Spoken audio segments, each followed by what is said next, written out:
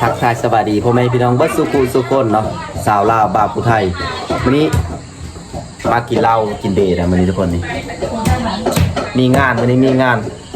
บ้านอยู่บ้านปลาบ้านลุงเนาะอยู่เฮินปลาเฮินลุงงานวันเกิดนะบรรยากาศที่เป็นใจจังใดกับฝากติดตามกดไลค์กดแชร์เพื่อเป็นกำลังใจและก็เพื่อสิบพัฒน์ที่ในทั้งสองของเฮาโอเคทุกคนเบิ่งทุกคนเมนูวันนี้มีจักเมนูเชฟต้มไก่กล้อยปลาต้มปลาก้อยป่าต้มป่าแล้วก็ไก่ต้มไก่ต้มไก่เบิ่งสาวนางน้อยก็มาเบิ่งเลย แดงหน่อยค่ะอะไรนี่อันนี้ก็คือพี่สาวนางน้อยทุกคนคุณป้า พี่สาวก็นอก นี่คือคุณป้าใหญ่นี่เจ้าของวันเกิดมานี่นะ เนี่ยเจ้าของวันเกิด นี่เจ้าของวันเกิดนะเจ้าของวันเกิดคือลุงใหญ่มีเมนูแล้วก็มีวันนี้มีพ่อครัวแม่ครัวมาหลายทุกคนเป็นงานน้อยๆแบบอบอุ่นเชฟเฮ็ดเมนูอย่างก็เมนูขี้ป่าอันนี้ขี้ปลานิ่นไข่มันกับอันนะขี้มันปลาเครื่องบ่นี่ปลาในนะปลาในทุกคนเซฟซ่านสีมือสกันของห้องการแซ่บคำห้องว่าเพชรร้อนคันใส่มาเพชรหลายนะ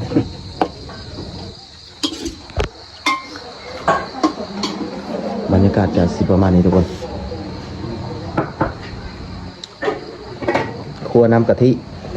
อันนี้คือน้ำซุปที่เราจะเฮ็ดกล้อยปลาน้ำซุปที่เฮาใส่คั้นมะนาวเนาะ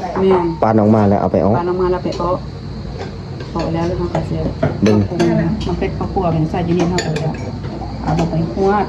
เลยแซ่บเลยมื้อนี้อร่อยเนื้อปลาก็เด้งๆดึงๆในปลาใ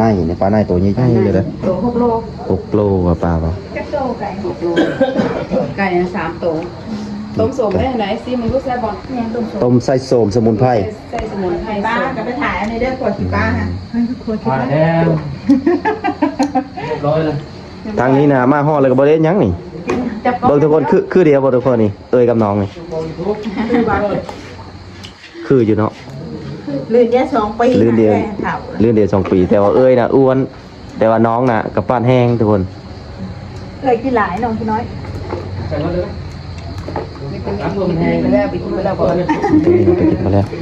เบิ่งกองข้าวกะเป็ดชิปโอ้ยจะใส่จะเหมือนแห้งเนาะพึ่งมันเยิ้มทุกคนดีบ่ได้ออกติที่เด็ดของป่าก็คนลาวเฮาส่วนหลายก็มักอันนี้แหละพ่อแม่พี่น้องมักโตคันว่าให้เป็นแบบผู้ดีก็มักอุจจาระป่าคันว่าภาษาบ้านๆก็ขี้ป่านะทุกคนมันจะมีรสชาติที่ขมน้อยนึงนะหรือว่าอย่างนึงว่าเพียป้าเพียป่านะคันว่าอย่างนึงก็เพียป่าเอามาใส่กับเอาน้ำมันไปใส่ก้อยกับแซ่บแต่ทุกคนมันคล้ายๆคือกันเพียโง่เพียควายนี่แหละ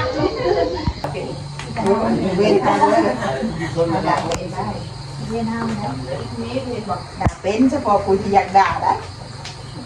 นี่ทุกคนเมนูบ้านๆจ้าตอนนี้ก็ตอนกลางคืนทุกคนพักในที่ซอยไว้ใส่อันนั้นก้อยป่านี่7 โมงแรงจ้าเบิ่งเนื้อไก่เป็นไก่บ้านเฮาเลยทุกคนเป็นไก่บ้านเฮาเลยนะเต็มซ้ำเลยแซ่บเลยได้อ่อนนุ่มแซ่บต้มโสมแกงหน่อไม้ด้วยว่าจะแกงย่าได้ที่ห้าเห็นหลายอย่างเลยแกงหน่อไม้ใส่กระดูกหมูเดี๋ยวโอเคเดี๋ยวเฮาจัดโต๊ะเดี๋ยวจะมารับประทานอาหารมาแล้วทุกคนมาแล้วรุ่นได้ค่ะเพิ่นมาโซ่นะผู้ติดตามมาเลยโซ่ผู้ติดตามเพิ่นลงไปทำ81เกิดปลายนั่นเอง ลงคลิปอะไรเด้ทักทายสบายดีพ่อแม่พี่น้อง FC สิสบายดี อ้ยสะพูเป็นวัด จะพูดเป็นวัด นี่ยอด เราในบ่จะคือแท้ เดี๋ยวบานเขารุ่นเดี๋ยวสันที่ได้ยังไงที่ได้ยังไงคนเบิ่งหลาย บางคนเขาก็ว่า น้ำยังบ่ทันอาบมันก็ยังงามน้ำยังบ่ทันอาบยังงามปานนี้ ที่สัน อะไรนี่ เค้กนี่ไทย เตรียมตัวจะไปเซอร์ไพรส์นะเซอร์ไพรส์เจ้าของวันเกิด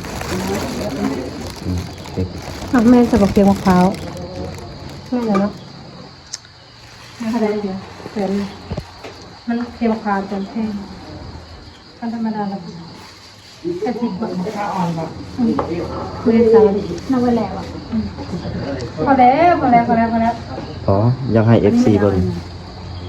อ้าวเครื่องแกงน้ำไม้เดชาน้ำไม้ก็ว่าสิ มื้อนี้สิมาซิมสีมืออันสาวผู้อ่อนนั่นอันน่ะ แกง ใช่แกง ก้อยป่าได้พ่อแม่พี่น้อง แม่ทุกคนเลยก้อย จักสิคุณลูกจักสิคุณแม่ได้เป็นคนก้อยนะ บางคนมาใส่ถุงมือพาถุงมือเล่นมาเลย อย่างก็พี่น้องเอ้ยบ่ได้ซื้อ เจ้าแบบนี้มาแล้ว ไม่ลุ่มวันนี้ไม่อยาก อันนี้แจ่วซีฟู้ด ไม่อยากเบิด ไปเลยคนเลี้ยงเลยกินเจ้านี่ที่ร้านเลย อยู่บ้านแล้ว บางคนไปเสิร์ฟนี่เสิร์ฟต้มไก่มักปลามัก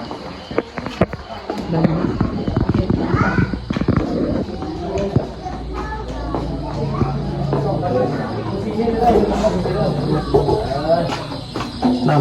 นี่ได้แล้วนะดีเลยไปเรื่องเจ้านี่ไปคนแรกมึงหรอกให้ตั้งโต๊ะเลยเนี่ยผู้บอลก็บอกใส่คนไหนจะตั้งตั้งดินโต๊ะเลยรอเลยรอเลยหอมหอมบุ้งบุ้งเลยนี่ชอบนี่ชอบน้อยมันก็มีนี่กินนี่นี่ไปหัวโต๊ะเป็นเล็กมันมากนะครับเก่งมันซะ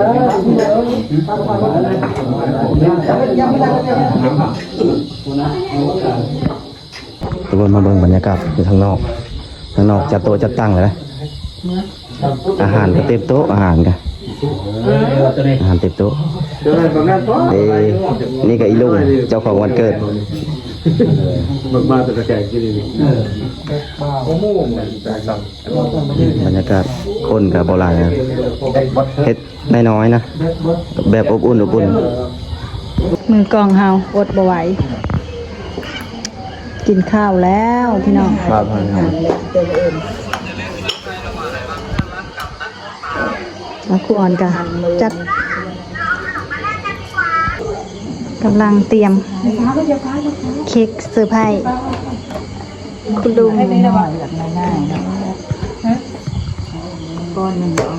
เด็กๆก็ตื่นเต้นมากเลยว้าว จับดีเด้อเดียเด้อ น้องแพรวากัน ป้าเป็นยังไงจ๊ะนะตรงนั้นซะมาต่อไปนะ กาแฟไหมว้าว มันสิตกเดี๋ยวเราขอดูน้ำเด้อ เอา จะถือลูก ผู้เดียวไม่ก่อนมาแล้วจะเอามาเป่าไหม ลงไหมลงตั้งลง ลงก่อน ด้านเดียวก็จะมี2 คน 3 คนเฮ้ยลงไปแล้วก็แล้วมันเป่าแล้วแหละถือคนเดียวลูกถือคนเดียวป้าถือไป เอาเด็กๆใครก็อยากถือแพรว่าอย่าแม่ลูกแพรว่าอย่ามันหลุดมือได้ลูก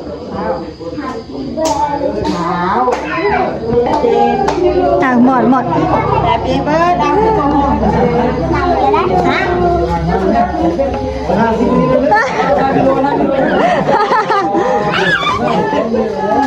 Day to you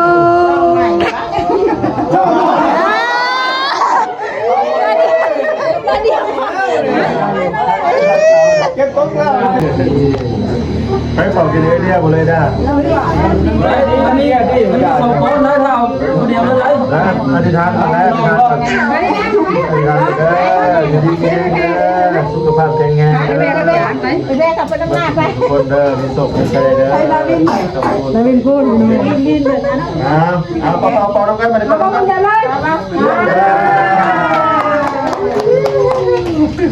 เอาพร้อมกันอีกเอาแล้ว ไอ้ยังไม่รู้เลยนะ ยอมไปไปเลย ไปปล่อยเดี๋ยว เอา เราไปกินแล้ว